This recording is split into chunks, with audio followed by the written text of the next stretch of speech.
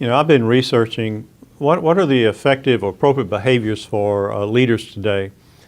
And I was meeting with a friend of mine who is also kind of a mentor, who's an extremely successful executive, been around for a long time, done a lot of things. And I was sharing this with him, and I asked him what is the critical behavior that he sees. And without pause, he came out hopeful. An effective leader is a hopeful leader. I mean, I guess I got a lot to learn. I didn't even have that one on my list. But it makes sense. When you look back at his career, everything he's done, he's been extremely successful and has been infused with a positive attitude and with hope. That's been the tipping point that took him from being very effective to being very successful, the differentiator. And I never got that. And so I began to wrestle with that idea. What does it mean to be a hopeful leader? Well, being a hopeful leader is to be somewhat rebellious. To realize that life is not meant to be dull and drudgery, neither is work, neither is a career.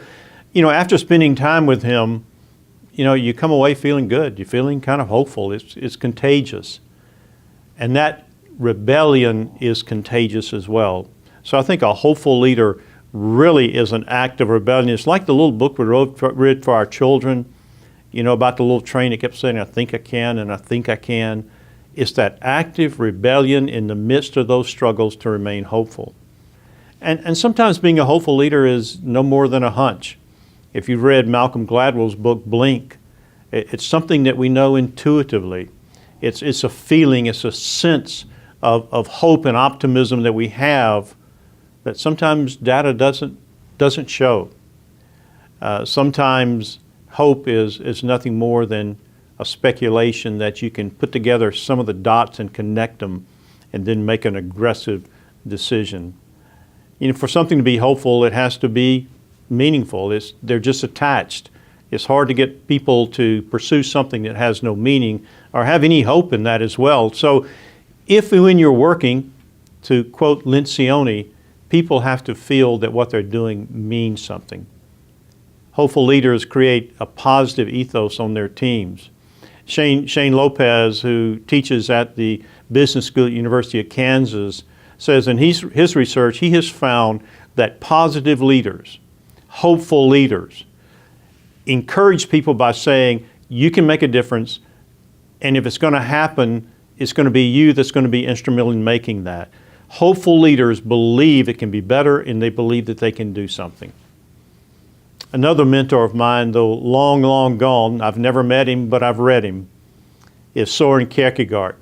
Struggled in his early life, died very young. But he wrote about hope, and he said that, being in a boat that springs a leak and still pumping to keep the water out. He said, that's not just hope. He says, but it's being in that boat when the waves are raging and the boat is sinking and still rowing, even though you don't know where the port is. He said, that's hope. And he says, if something is wrong with that picture, it's just the picture itself. He was giving an image of what it means to be a hopeful leader. Sometimes our organizations are struggling, but hopeful leaders keep infusing that hope. They keep paddling with everybody else. Even though they don't know the outcome for sure, it's the positive attitude that keeps going. Maybe that's one of the key behaviors for an effective leader.